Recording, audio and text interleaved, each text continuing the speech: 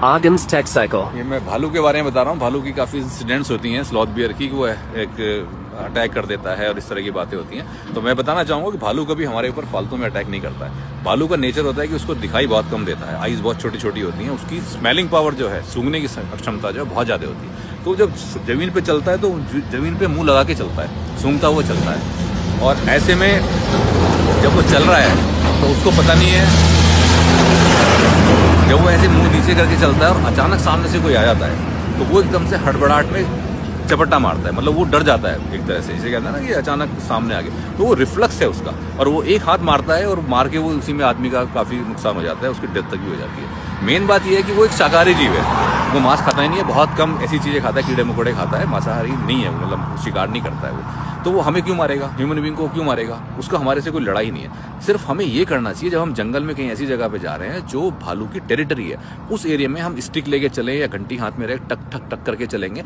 तो उसको पता चल जाएगा कि समबडी इज कमिंग, कोई आ रहा है, तो वो अपने आप को पहले ही छुपा लेता है, क्योंकि उसको ह्यूमन से कोई उसका इंटरेक्शन नहीं, उसे कोई झगड़ा नहीं करना है। लेकिन हमें होशियार रहना पड़ेगा। देखो वो तो करता है रिफ्लेक्स, एनिमल कोई भी होता है उसका रिफ्लेक्स होता है, यानी कि जो सामने आया उस पर एकदम से रिएक्शन करता है वो।